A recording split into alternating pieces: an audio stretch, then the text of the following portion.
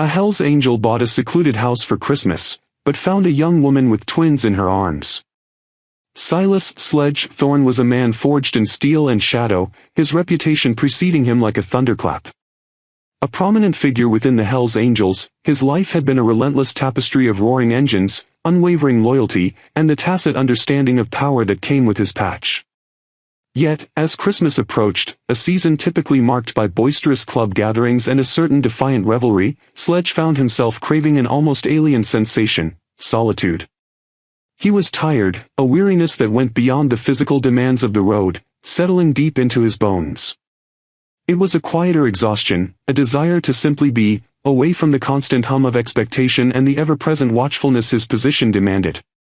This yearning for peace had led him to a remote corner of the Pacific Northwest, to a house so isolated it seemed to exist outside the grip of modern civilization. He'd stumbled upon the listing almost by accident, a crumbling old farmhouse nestled deep within a sprawling, untamed forest, miles from the nearest paved road. It was dilapidated, neglected, a project that most would shy away from, but Sledge saw potential in its bones, a raw honesty that resonated with something deep within him. He bought it sight unseen, a decision driven by instinct, fueled by the desperate need for a sanctuary. The journey to his new retreat was an arduous one. His customized Harley, usually his faithful companion, was parked in a secured garage back in the city. For this trip, he'd opted for a rugged, four-wheel-drive pickup truck, its bed laden with tools, supplies, and a few meager personal effects. The last stretch of road was little more than a muddy, snow-crusted track, winding through towering pines that seemed to claw at the perpetually overcast sky. Snow had begun to fall lightly, dusting the ancient branches and muffling the already profound silence. He relished it, the biting cold air filling his lungs, the scent of pine and damp earth a stark contrast to the exhaust fumes and stale beer he was accustomed to. When he finally pulled up to the house, a solitary sentinel against the encroaching wilderness, he felt a strange sense of arrival.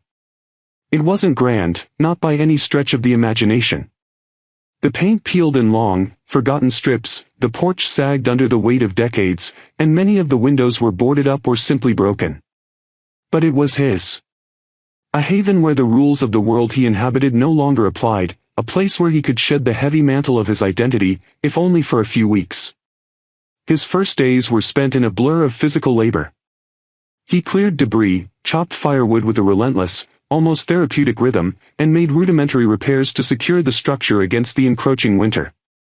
The house had no running water, and electricity was a distant dream, powered only by a generator he'd hauled in, which he used sparingly.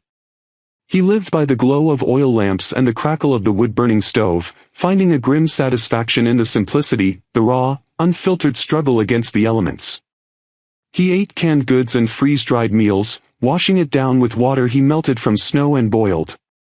It was a stark existence, one that would break lesser men, but for Sledge, it was a cleansing, a return to something primal and real. Christmas Eve arrived, heralded by a relentless blizzard that buried the forest in several feet of fresh powder. The wind howled like a banshee through the eaves, rattling the old window panes, and the temperature plummeted. Sledge sat by the roaring fire, a thick wool blanket draped over his shoulders, nursing a mug of strong, black coffee.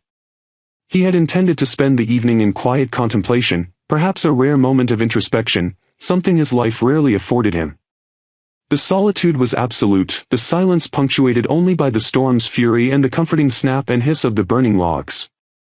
It was then, a little past midnight, that he heard it. A faint, almost imperceptible sound, swallowed by the wind. He dismissed it at first, attributing it to the creaks and groans of the old house settling in the storm. But then it came again, a fragile, high-pitched cry, barely audible above the tempest.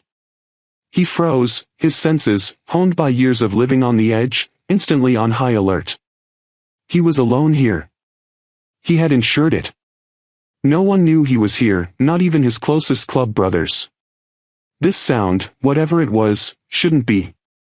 He stood up slowly, his movements deliberate, silent despite his powerful build. He grabbed a heavy-duty flashlight and a length of seasoned oak, a makeshift club he'd kept by the door. His heart, usually a steady drum, began to beat with a new, unsettling rhythm. He moved through the darkened house, the beam of his flashlight cutting through the gloom, illuminating dust motes dancing in the frigid air. The sound seemed to be coming from the small, dilapidated shed attached to the back of the house, a structure he hadn't yet gotten around to securing properly. He had merely thrown a tarp over the gaping hole in its roof and nailed a few planks across its rickety door. Pushing aside the planks, the wind immediately assaulted him, carrying with it the icy sting of snow. The shed was barely more than a lean-to, filled with cobwebs, rusted tools, and the lingering scent of decay. And there, huddled in a corner, half buried under a pile of old, molding blankets, was a figure. A young woman, impossibly fragile, her face pale and streaked with dirt, her eyes wide with a terror that mirrored his own shock. Her thin, threadbare coat offered little protection against the brutal cold. And in her arms, bundled tightly against her chest, were two tiny forms. Twins. Newborns. The sight hit Sledge like a physical blow, stripping away every layer of his hardened exterior. The raw vulnerability, the sheer impossibility of it, was almost too much to process. A young woman, barely more than a girl, with two infants, in the middle of a blizzard, miles from anywhere, in his shed. His mind, accustomed to rapid assessments of threats and strategic responses, spun in a dizzying vortex of confusion and disbelief. He had sought solitude, a respite from the chaos of his life. What he had found was an entirely different, infinitely more complex kind of chaos. The woman whimpered, pulling the bundles closer to her chest, her gaze darting between him and the shed's entrance, as if contemplating a desperate, futile escape into the storm. Her lips were blue, chapped and cracked, and her body trembled uncontrollably. The twins, mercifully, were quiet now, perhaps too weak to cry, their tiny faces barely visible beneath the layers of damp fabric. They looked like porcelain dolls, fragile and utterly dependent. Sledge, for once in his life, was speechless. His hand, still clutching the oak club, lowered slowly. The flashlight beam, momentarily forgotten, wavered, casting dancing shadows on the grimy walls. He took a hesitant step forward, his boot crunching on a thin layer of ice that had formed on the shed's floor. "Who are you?" His voice, when it finally came, was a low rumble, rough with disuse and the chill in the air. It was meant to be firm, demanding answers, but it came out laced with an unfamiliar note of bewilderment. The woman flinched, her eyes widening further, like a cornered animal. She didn't speak, only shook her head almost imperceptibly, a silent plea for mercy in her gaze. Her hair, matted and dark, clung to her forehead, framing a face that spoke of exhaustion and profound suffering. He realized, with a jolt, that she was probably hypothermic, her body temperature dangerously low. The babies, too. They wouldn't last much longer out here. Every instinct he had screamed at him to back away, to call the authorities, to let someone else handle this impossible situation. This wasn't his problem. He was a Hell's Angel, not a savior. His life was about survival, about strength, about a brutal kind of self-reliance. This was softness, vulnerability, a demand for compassion that he hadn't allowed himself to feel in decades. But then he looked at the two tiny bundles in her arms, the helpless, innocent lives depending entirely on this desperate young woman, and something shifted within him. A primal chord, perhaps long dormant, vibrated into existence. "All right," he muttered, his voice still rough, but with a new edge of grim determination. "Get up. Inside. Now." He gestured vaguely towards the house, the warmth of the fire, the only beacon of hope in the freezing wilderness. He didn't wait for her to respond, instead reaching out a large, calloused hand to help her. She hesitated, fear still etched deeply on her face, but the desperate need for warmth, for survival, outweighed her terror. With a monumental effort, she pushed herself up, swaying unsteadily on her feet, clutching the twins as if they were the last vestiges of her soul. Sledge led the way, his mind racing, trying to process the enormity of the situation. His peaceful, solitary Christmas had just imploded, replaced by a profound, life-or-death emergency. He had no medical supplies, no baby food, no diapers. He had barely enough provisions for himself. The isolation he had so desperately sought was now a terrifying liability. There was no one to call, no one to help. It was just him, a hardened outlaw, and a young woman with two fragile newborns, stranded in the heart of a blizzard. The irony was not lost on him. His sanctuary had become a refuge for the most unexpected of guests, and his quiet Christmas had been shattered by the cries of life itself. The mystery of their presence, how they had even reached his impossibly remote property, was a question that would have to wait. For now, survival was the only imperative. Sledge led the way into the main cabin, the contrast between the freezing shed and the roaring fireplace stark and immediate. The woman stumbled, her legs threatening to give out beneath her, but she clutched the twins tighter, her eyes fixed on the flickering flames. Sledge pointed a large, calloused hand towards the worn armchair by the hearth, a relic he dragged in from the porch. "Sit. Get warm." His voice was still a low growl, but the edge of threat had softened into something akin to urgency. She sank into the chair, almost collapsing, her body racked with shivers that seemed to vibrate through the very fabric of the old furniture. Her breath hitched, ragged and shallow, as the heat began to prickle her frozen skin. Sledge moved with a surprising economy of motion, his gaze sweeping over the scene. The babies. They were so small, so utterly vulnerable. He knelt, his massive frame an incongruous presence beside the fragile trio, and gently, almost reverently, peeled back a corner of the damp, grimy blanket covering one of the infants.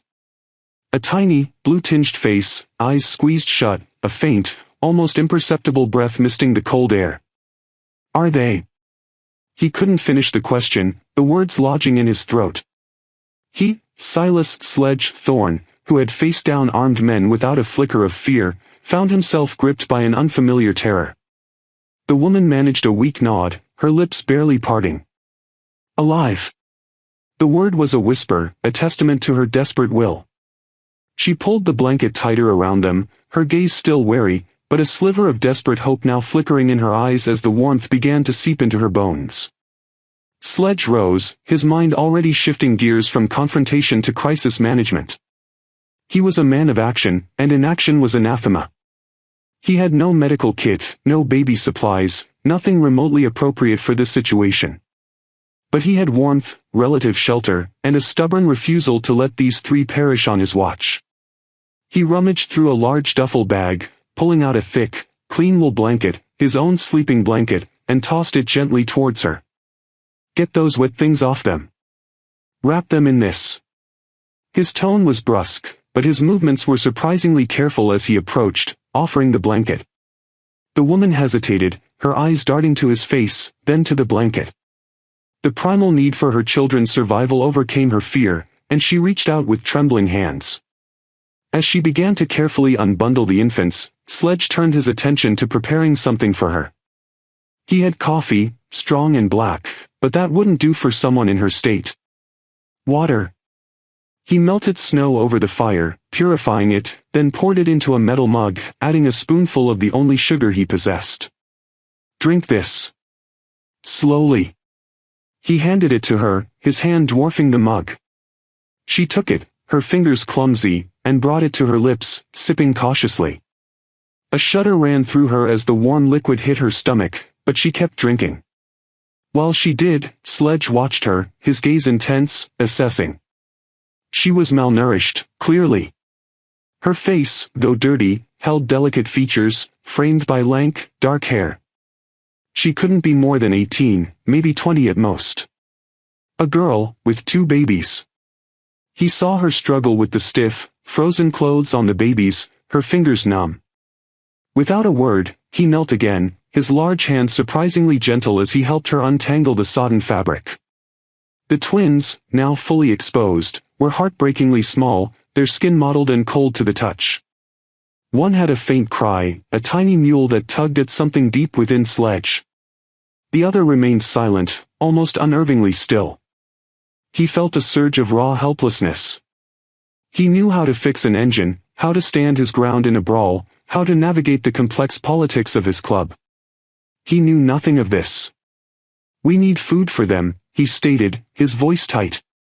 "Milk." The woman shook her head weakly. "No. I can't. I haven't eaten in days. I don't have milk." Her voice was hoarse, barely a whisper. The revelation hit Sledge hard. Of course. How could she produce milk if she was starving and hypothermic? This was a disaster. He stood up, pacing the small cabin, his bootfalls thudding softly on the wooden floor. His gaze fell upon his meager supplies, canned beans, beef jerky, freeze-dried meals. Nothing, absolutely nothing, for infants. He cursed under his breath, a low, guttural sound that made the woman flinch. He stopped, turning to face her, his expression grim. "We need to get you warm. And the babies. And then we need to figure out how to keep them alive." He wasn't asking, he was stating a fact, a new, terrifying directive for his solitary Christmas. The blizzard howled outside, a constant reminder of their complete isolation. There would be no rescue, no immediate help. It was just him. He began to gather more blankets, piling them onto the armchair, creating a makeshift nest for the woman and her twins.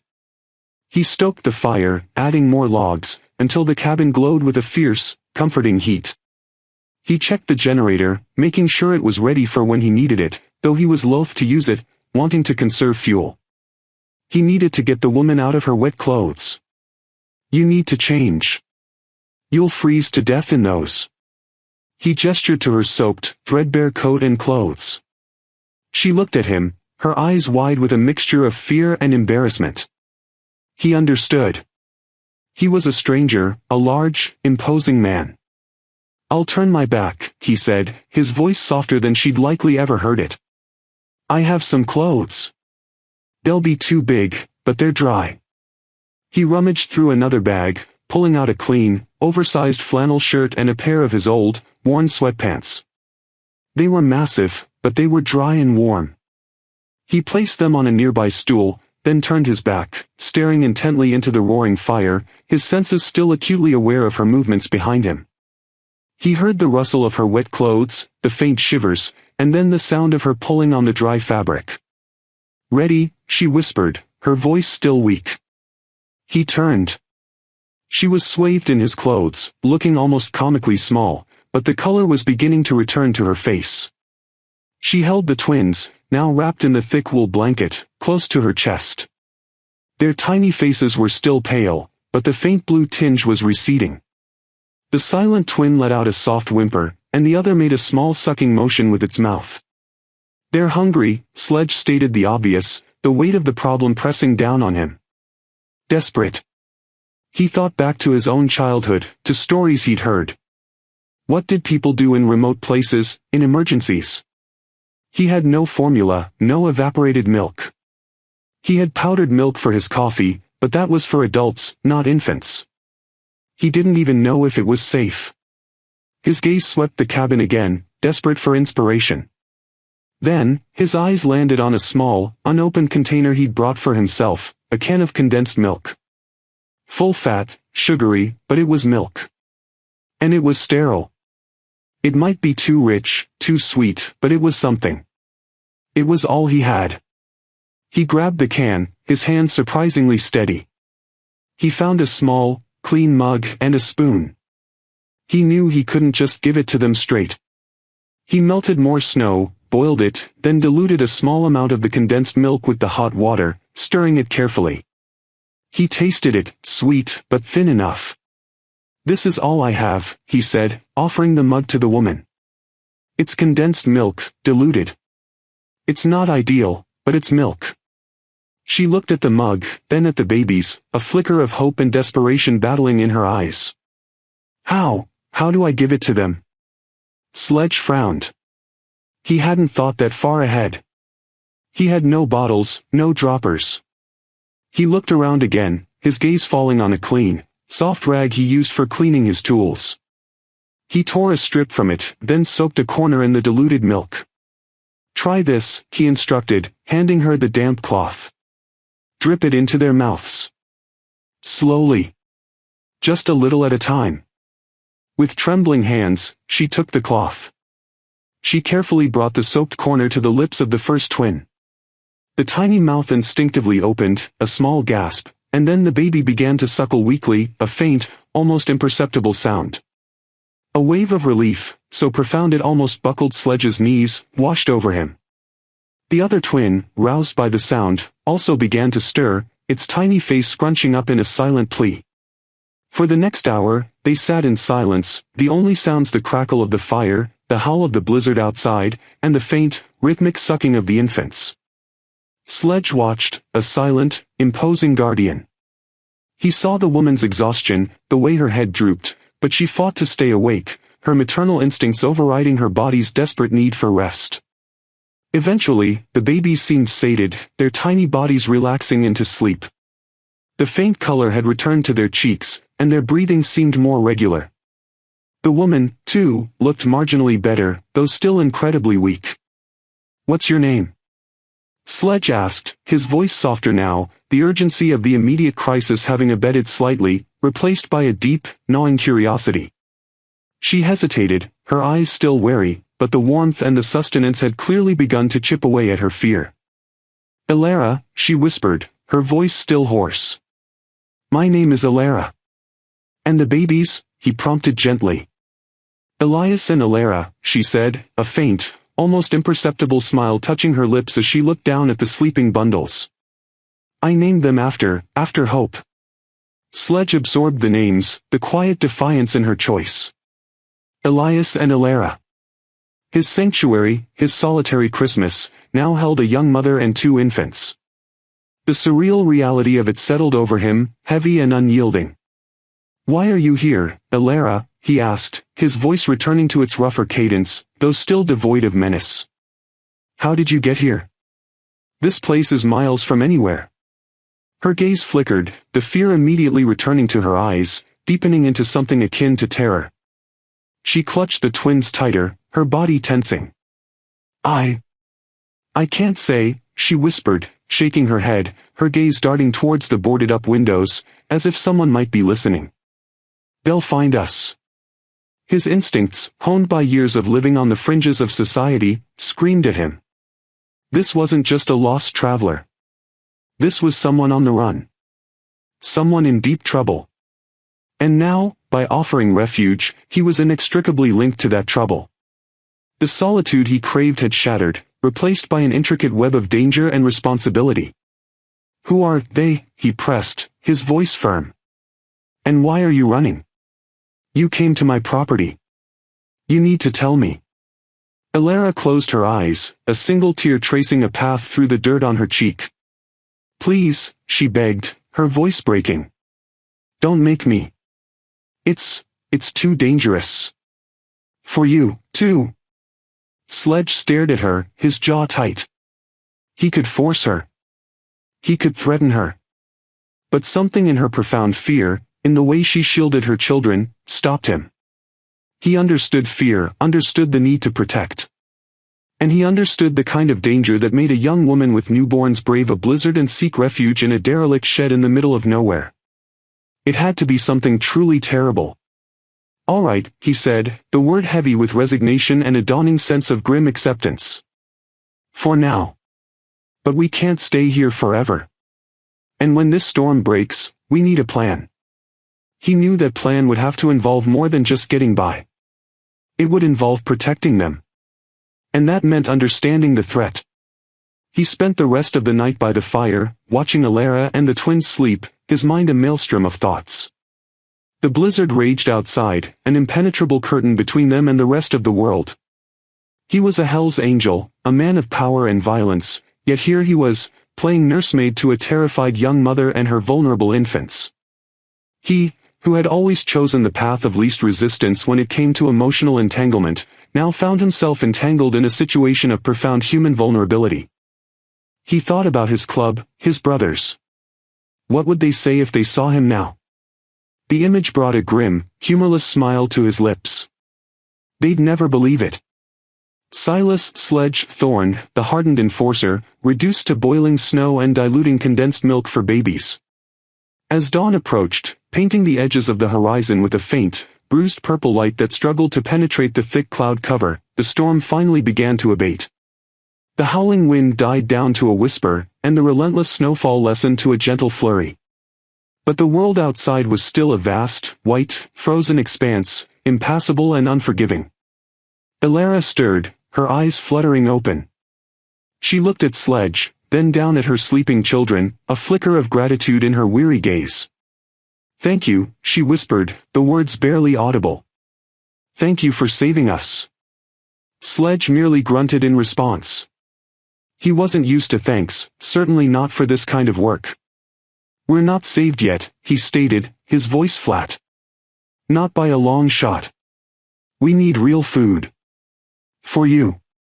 And for them. And we need to figure out what happens when the snow clears."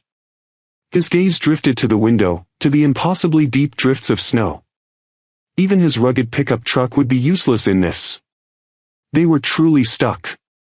And with Alara's cryptic words ringing in his ears, he knew that the danger wasn't just the elements. It was the unseen threat, she feared, that loomed larger than the blizzard itself.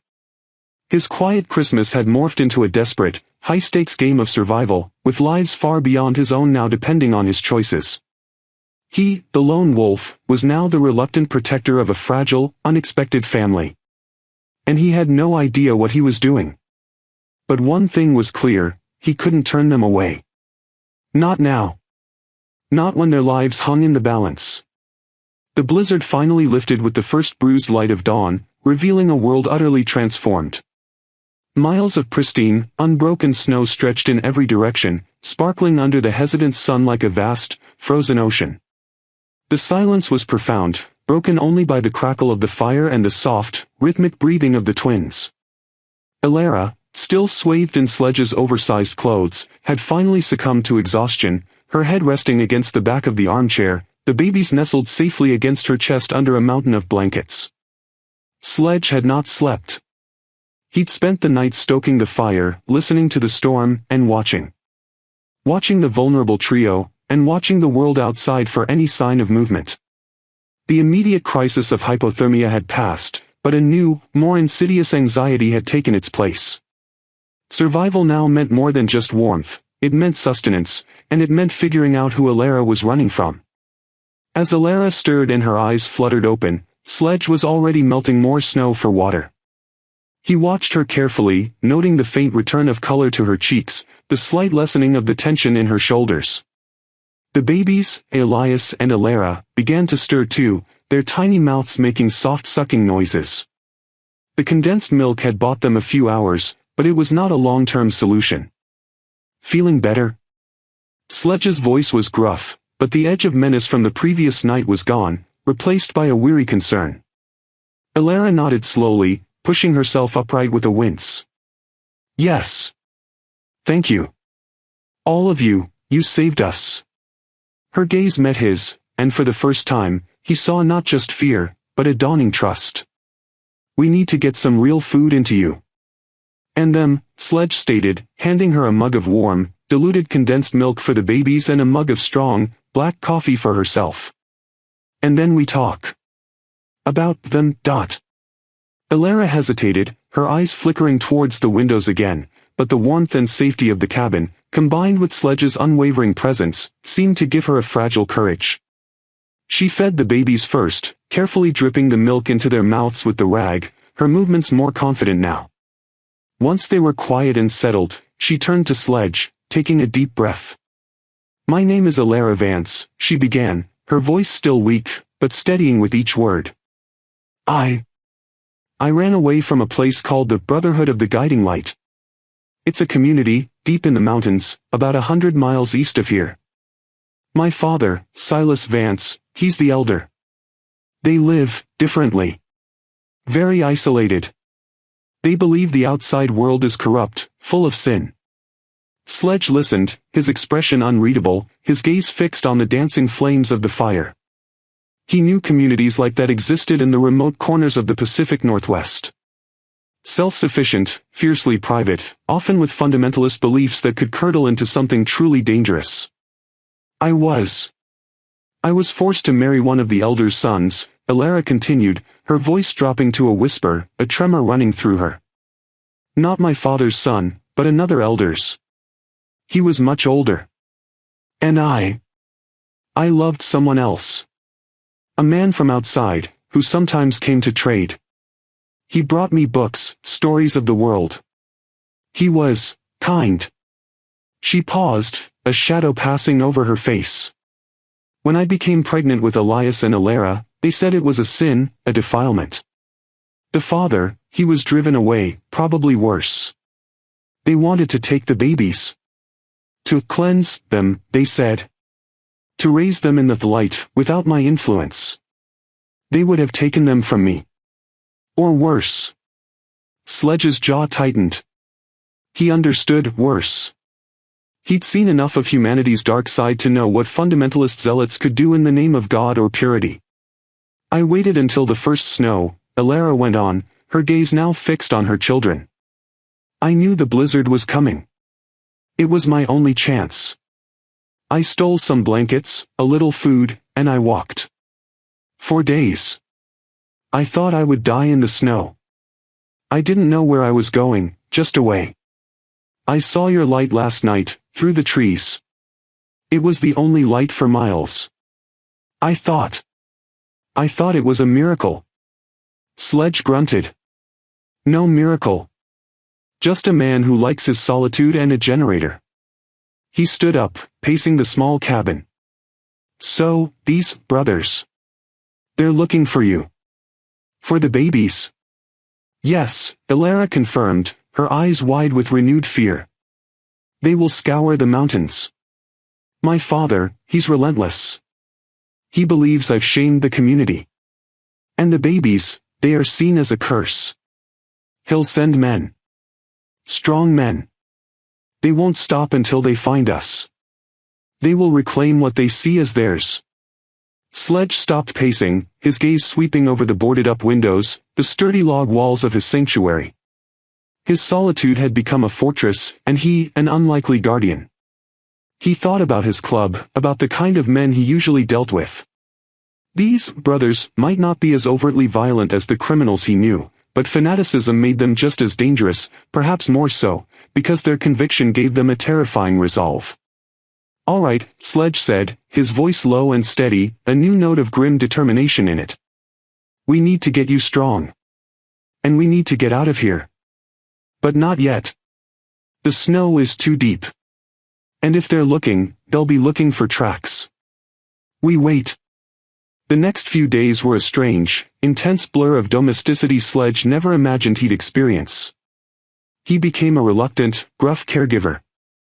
He chopped more firewood, melted snow endlessly, and rationed his meager supplies with the precision of a seasoned quartermaster. He boiled water, diluted condensed milk, and even managed to create a rudimentary, nutrient-rich broth from some dried vegetables and a piece of beef jerky for Alara. He watched, fascinated and slightly unnerved, as the two tiny infants slowly gained strength, their cries growing louder, their movements more robust. He found himself holding Elias and Alara, large calloused hands dwarfing their tiny forms, surprised by the fierce, protective instinct that bloomed within him. He, Silas Sledge Thorne, a man who had intentionally avoided any form of soft attachment, was now completely, irrevocably tethered to these three fragile lives. Alara, too, slowly regained her strength. She began to help, cleaning, organizing, her quiet gratitude a constant presence. She saw the change in Sledge, the softening around his hard edges, the way his gaze lingered on the twins. She began to trust him implicitly, a trust born of desperation and the undeniable fact that he had saved them. On the fifth day, the weather broke completely. The sky was a brilliant, cloudless blue, and the sun, though still weak, cast long shadows across the snow-covered forest. The temperature, though still frigid, was rising, and Sledge knew their window was opening. He had to act. He went outside, surveying the landscape. The snow was still impossibly deep, but it was beginning to settle. His pickup truck, buried under drifts, would take hours to dig out. He needed a plan. A plan that would get them out and keep them safe from Alara's family. As he was assessing the tracks, a glint of metal caught his eye in the distance. He froze, his senses instantly on high alert. High on a ridge, barely visible against the white backdrop, were figures. Two of them. Snowmobiles. They were here. Sledge moved with a speed that belied his size, bursting back into the cabin. They're here, he snarled, his voice a low growl. Two of them. Snowmobiles. Get the babies ready. Pack what you can. Ilara's face paled, all the old fear returning with a vengeance. She snatched up the twins, clutching them tightly. What do we do? We fight, Sledge said simply, grabbing his shotgun from where he'd hidden it under his bed. He checked the action, loaded it, his movements fluid and practiced. He had no intention of killing anyone, but he would make it clear they were not to be trifled with. Or we run. But running now means freezing. We hold up here. He moved to the front window, peering through a crack in the boarded-up glass. The snowmobiles were closer now, two dark figures cutting across the white expanse. Their search had been relentless, and they had found her. He could almost feel the cold, righteous fury radiating from them. They won't expect resistance, Sledge murmured, more to himself than to Ilara. They'll think you're alone, helpless. He had an advantage, surprise, and the sturdy, if dilapidated, house. He had also been preparing. He had rigged rudimentary booby traps around the immediate perimeter, tripwires that would set off loud noises, designed to deter unwanted wildlife. Now, they would serve a different purpose. The snowmobiles roared to a halt 100 yards from the cabin, their engines sputtering. Two men, burly and dressed in heavy winter gear, dismounted. Sledge recognized the rigid posture, the severe faces, even from a distance. The brothers. One of them, older, with a grizzled beard, carried a rifle. The other, younger, had a heavy-duty axe slung over his shoulder. Ilara Vance, the older man's voice boomed across the snow, chilling and authoritative. You have defiled the light. Return what is ours. Ilara whimpered, clutching the babies tighter. Sledge placed a reassuring, if rough, hand on her shoulder. Stay low. Don't make a sound. Sledge wasn't a man for negotiation. He was a man of action. He stepped outside, shotgun held loosely in one hand, the other resting on the oak club he still kept by the door. His massive frame, silhouetted against the bright snow, was an imposing sight.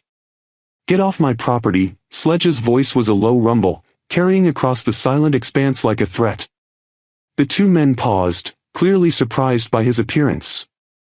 They had expected a cowering woman, not a Hell's Angel. The older man squinted, trying to make out Sledge's features. Who are you, outsider? This is not your concern.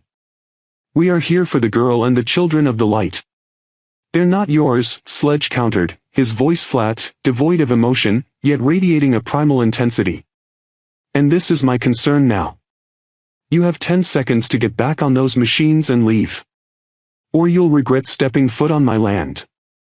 The older man, Silas Vance himself, sneered, raising his rifle slightly. You dare defy the will of the light? We will not be deterred by a heathen and his weapons. Stand aside, or you will face judgment. Sledge didn't respond with words. He raised the shotgun, not aiming at them, but firing a deafening blast into the air. The sound echoed through the valley, startling the men and sending a flock of birds scattering from the pines.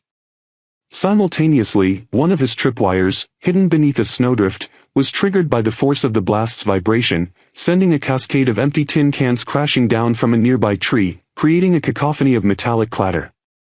The brothers flinched, momentarily disoriented. The younger man stumbled, almost losing his footing in the deep snow.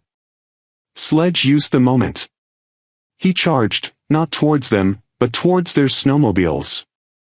His massive frame moved with surprising agility, churning through the snow. Before they could react, he brought the heavy oak club down with brutal force, smashing the dashboard of the older man's snowmobile, then kicking the other one's engine with a steel-toed boot, disabling it with a sickening crunch of metal. No escape now, Sledge growled, turning back to face them, the shotgun still loosely aimed. Now, you walk. And you tell your elder that if he ever sends anyone near this property again, I'll personally come find him. And he'll face a judgment far worse than anything he preaches. Silas Vance, his face contorted in a mixture of fury and fear, stared at his disabled snowmobile, then at Sledge. He saw the cold, unyielding resolve in the Hell's Angel's eyes, a promise of violence far beyond anything he could inflict. He knew, instinctively, that this man was serious. He was not just a threat, he was an immovable force. "You will pay for this, heathen." Vance spat, but his voice lacked conviction. "I've been paying my whole life," Sledge retorted, a grim smile touching his lips. "Now you start paying yours. Get walking." The two men hesitated, then with a final, hateful glare, they turned and began the long, arduous trek back up the ridge, trudging through the impossibly deep snow. Sledge watched them go, not moving until they were mere specks on the horizon. He knew they wouldn't be back. Not to his property. He had made his point with the only language men like Silas Vance truly understood, uncompromising force. He returned to the cabin, the shotgun still in his hand, his breathing heavy. Elara was huddled in the corner, holding the twins, her body trembling. "Are they gone?" she whispered. "They're walking," Sledge said, his voice rough. "They won't be back here. Not for you. Not for the babies." He placed the shotgun back in its hiding place, then turned to her. "But we can't stay either. Not if you want to be truly safe. They'll still be looking, just not directly here." The next morning, Sledge began the monumental task of digging out his pickup truck. It took hours of backbreaking labor, but by midday, the truck was free. He loaded it with the few essentials, making sure to include extra blankets, food, and the precious condensed milk. He had one last task. He took a can of red spray paint and, on a large, flat rock near the entrance to his property, he painted a crude, yet unmistakable, Hell's Angel's skull and wings. A clear message for anyone who might stumble upon his isolated sanctuary in the future. "Where are we going?" Elara asked as she settled into the passenger seat, the twins bundled between them. The warmth of the truck's heater was a welcome comfort. "Somewhere far," Sledge replied, starting the engine. The truck rumbled to life, its tires biting into the packed snow. "Somewhere they'll never find you.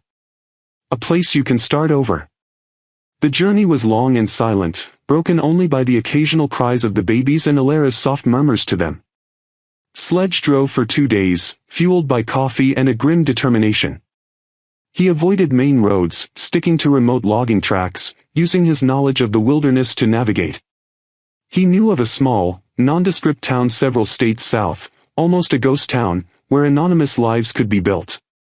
A place where a young woman with twins could disappear into the quiet fabric of a new beginning. He found her a small, run-down cabin on the outskirts of the town, far enough from the main settlement to offer privacy, but close enough for necessities. He paid for it in cash, using a stash he kept for emergencies, telling the old, toothless owner it was for a cousin. He stocked it with food, supplies, and even managed to find some powdered infant formula at a general store in a different town, along with diapers and new blankets. He knew it wasn't much, but it was a start. On their last evening together, in the small, newly provisioned cabin, Elara looked at him, her eyes shining with unshed tears. "I don't know how I can ever repay you, Sledge," she whispered, her voice thick with emotion. "You saved our lives. You gave us a future." Sledge merely grunted, looking away, uncomfortable with the sentiment. "Just keep them safe, Elara. That's payment enough." He placed a thick envelope on the table, filled with cash. "This will get you started. Enough for a few months. Get yourself a job. Change your name. Disappear." The next morning, as the sun rose, painting the horizon in hues of orange and pink, Sledge prepared to leave. He stood by his truck, Elara holding an infant in each arm, standing by the cabin door. Will you be all right?"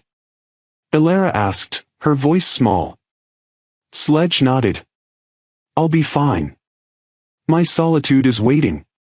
He met her gaze, and for a fleeting moment, a connection passed between them, a silent acknowledgement of the profound, unexpected bond forged in the crucible of a Christmas blizzard.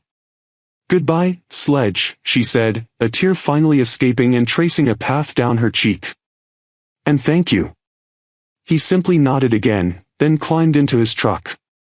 He didn't look back as he drove away, the image of Elara and her twins, standing against the backdrop of their new, fragile hope, etched permanently into his mind. Sledge returned to his secluded house in the Pacific Northwest. The snow had melted considerably, revealing the muddy tracks of his truck and the faint, unsettling marks of the snowmobiles. He spent days cleaning, repairing, and re-establishing his solitude. But the house was different now. The silence, once a comfort, was now punctuated by echoes of tiny cries, of a young mother's desperate whispers, of his own gruff commands. The space that had been his sanctuary from the world now held the indelible imprint of the world's most vulnerable. He was still Silas Sledge Thorne, a Hell's Angel, a man forged in steel and shadow. But something within him had shifted, softened, expanded. The relentless tapestry of his life had gained a new, unexpected thread.